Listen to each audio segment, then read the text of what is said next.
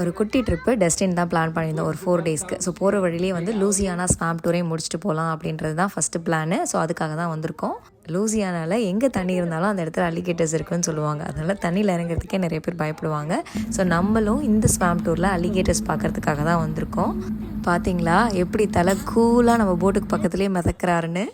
முதல்ல வாய்க்குள்ளே கையை விடுறது தேவையில்லாமல் ரொம்ப விலை கொடுத்து வாங்குறதுன்னு பழமொழி தெரியும். ஆனால் இங்கே என்னென்னா இவர் டைரெக்டாகவே முதல்ல வாய்க்குள்ளே சாப்பாடு கொடுக்குறாரு. தூரத்துலேருந்து பார்க்குற நமக்கு கொஞ்சம் பயங்கரமாக தான் இருக்குது. ஆனால் அவர் சின்ன வயசுலேருந்து இந்த மாதிரி விளையாண்டுருக்காரு போல். அதனால் அவருக்கு அந்தளவுக்கு பயமெல்லாம் இல்லை, ஜாலியாக இருந்தார்.